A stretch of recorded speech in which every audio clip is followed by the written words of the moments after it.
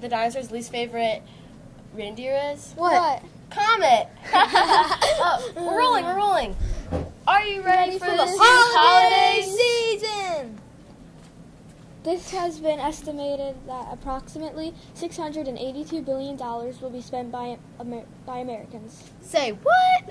Yes, that is a 4% increase from previous years. Even though the economy looks good to some people, there are some mixed signals to this year's holiday spending. Mixed signals? What do you mean? I'm glad you asked. The lower and middle income households are still struggling to find extra money to spend. Not everyone is benefited from the economy this year. Reports say that the government's new taxes will hurt these households, which can make them nervous about overspending as well. Amazon and Walmart are expected to do well this season. There are only a few retail stores that will do well this year. There are many stores not expecting a big boost on the holiday sales. Oh, really? What stores? Stores like Macy's, Kohl's, Toys R Us, and JCPenney have been reported with a decrease in sales. We have to report Tessa Huber on site, the Toys R Us, with CEO Dave Barton. Tessa, here you go. Hi, I'm Tessa Huber, here with CEO of Toys R Us, Dave Brandon. How do you feel about this year's holiday sales for your company? Well, recently we filed bankruptcy, so sadly enough, this could be our last holiday season. We're so sorry to hear that. Toys R Us was favored by many. Thank you for your time. So on a positive note, for this year's holiday, many of us will not be able to afford the latest new hot items. But what you can do is remember the true best gifts can come from the heart. That's so cliche. It may be, but remember it. It can keep your holiday simple by remembering the important things in life. Don't stress over buying the most expensive and popular gifts. How about making homemade gifts this year? Share your words by writing a special thank you for someone that does a lot for you. Take it from us. They will truly appreciate and enjoy that way more than another boring Christmas bug. Until next time, Sandman.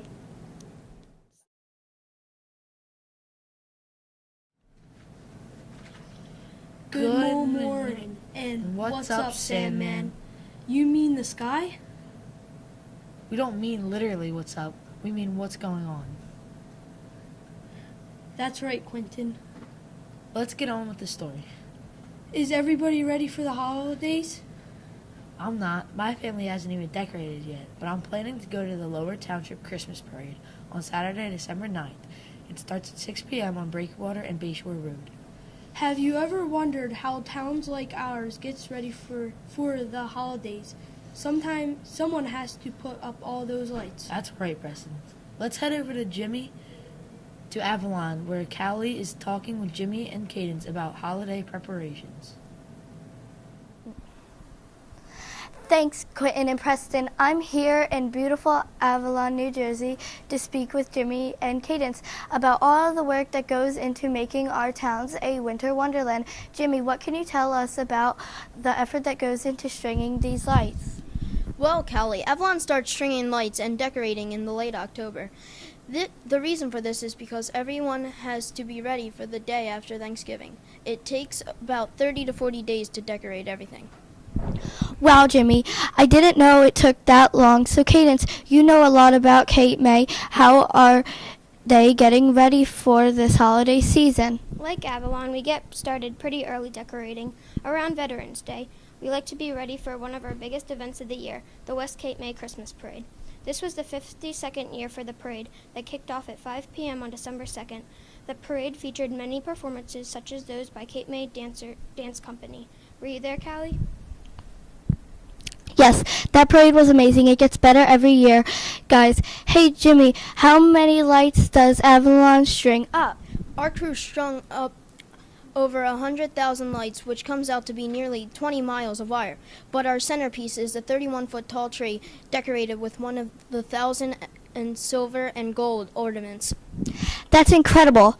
Cadence, what about the amount of decorations for Cape May? Most of our effort goes into decorating Rotary Park, where the City of Christmas tree lighting took place December 1st. We hung 9,000 lights there. Thanks, Jimmy and Cadence. Now we're heading back to the studio with Quentin and Preston. Thanks for all the information. It really makes you appreciate all the hard work our town does to ring in the holidays. It sure does. Thanks for watching SCNN Local Edition. Have a great day, and we hope you are ready for the holidays.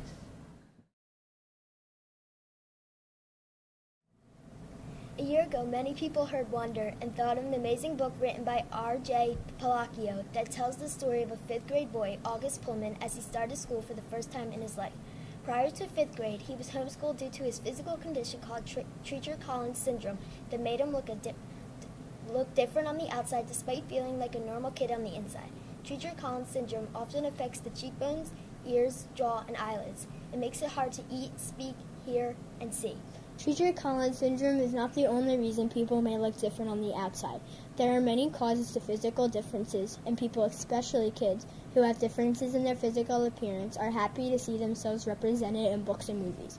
They hope that through awareness, others will learn not to judge them based on the way that they look and stop staring at them in public. In other words, they want to be seen as normal. The author of the book Wonder was inspired to write after her own child cried at the sight of a child with facial abnormalities. As a mother, her instinct was to remove her child from the scene. Later, she regretted that choice and wished she had shown her child there was nothing to be afraid of. She hopes that by writing Wonder, other people will learn that just because someone looks different doesn't mean you need to be afraid. Oftentimes, they are just like anyone else. The book was so widely read that it was also turned into a major motion picture. Here at Salem, we have been anticipating the cinematic release of the motion picture Wonder since last year. The movie's original release date was scheduled for last April. Many of our teachers had us read the book Wonder and were disappointed when the movie industry postponed the movie's premiere to this fall. A couple of weeks ago, the movie finally showed in local theaters, and if you saw it, I think you would agree it did not disappoint. That's right. To build enthusiasm for a movie release date, Ms. Donahue and Ms. Casella ran a one-week reading incentive, challenging students to read an AR test as much as they could over the course of a few days. The students who earned the most AR points in those days were given a free movie ticket to go see Wonder, courtesy of Stone Harbor's Harbor Square Theater. Winners were announced before Thanksgiving break over the intercom, and some of the reactions were captured on camera. Check out this trailer that was created to congratulate the winners and thank Harbor Square Theater.